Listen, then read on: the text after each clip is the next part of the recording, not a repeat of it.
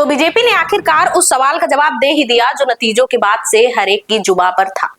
महाराष्ट्र के सीएम को लेकर सिर्फ महाराष्ट्र में ही नहीं पूरे देश में चर्चा गर्म थी। बीजेपी भी अपने ही एटीट्यूड में थी। नतीजे आए तो सबने बीजेपी की ओर आस लगा के देखा कि किसकी लॉटरी लगी, मगर बीजेपी जवाब देने के बजाय बूझो तो जानो खेलने में लग गई। ये सब देख एकनाथ शिंदे का तो पारा ही चढ़ गया। पारे से गुस्से को मत आंकिएगा। यहाँ हम उस तबीयत का जिक्र कर रहे हैं जो एकनाथ शिंदे का साथ नहीं दे रही। शिंदे सोच में डूब गए कि बीजेपी करना क्या चाहती है। सीएम के ऐलान से ठीक पहले शिंदे बीजेपी आला कमान के आगे गिड़गिड़ा तक आए कि एक मौका दे दो, भले 6 महीने का ही दो।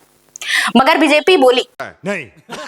अमूमन बीजेपी जिस राज्य में पूरी ताकत के साथ वापसी करती है, वहां के सीएम को कुर्सी से उतार किसी नए हाकिम को हुक्मरान बनाने में यकीन रखती है। मगर महाराष्ट्र की बात और है। यहाँ देवेंद्र फडणवीस का विकल्प बीजेपी मंथन करने के बाद भी नहीं तलाश पाई। ऐसा इसलिए भी क्योंकि फडणवीस बीजेपी के लिए महाराष्ट्र में चाल चरित्र और चेहरा बन गए। पार्टी ने जब चाहा उन्हें सीएम बनाया तो हालात बदतर होने पर वे डिप्टी सीएम पर भी राजी हो गए। मायने पार्टी के अनुशासित कार्यकर्ता की जो परिभाषा बीजेपी तय करती आई है, फडणवीस उस कसौटी पर खरे उतरे। गौरतलब है कि महाराष्ट्र में महायुति की बम्पर जीत के बाद भी मामला सीएम पद पर आकर अटक गया।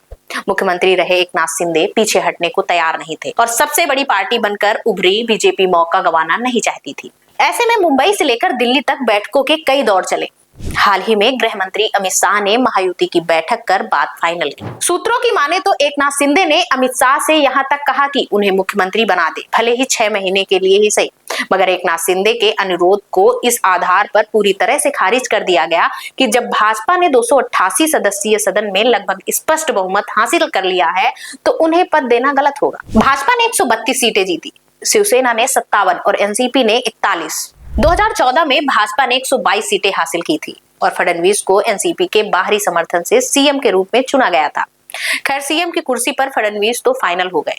अब बात डिप्टी सीएम की है। सूत्रों की माने तो डिप्टी सीएम के लिए एकनाथ शिंदे और अजीत पवार का नाम फाइनल हो गया है। बाकी महायुति की बैठक में तय होना है, जिसमें फडणवीस, शिंदे और पवार पोर्टफोलियो और मंत्रियों के नाम पर मुहर लगाएंगे।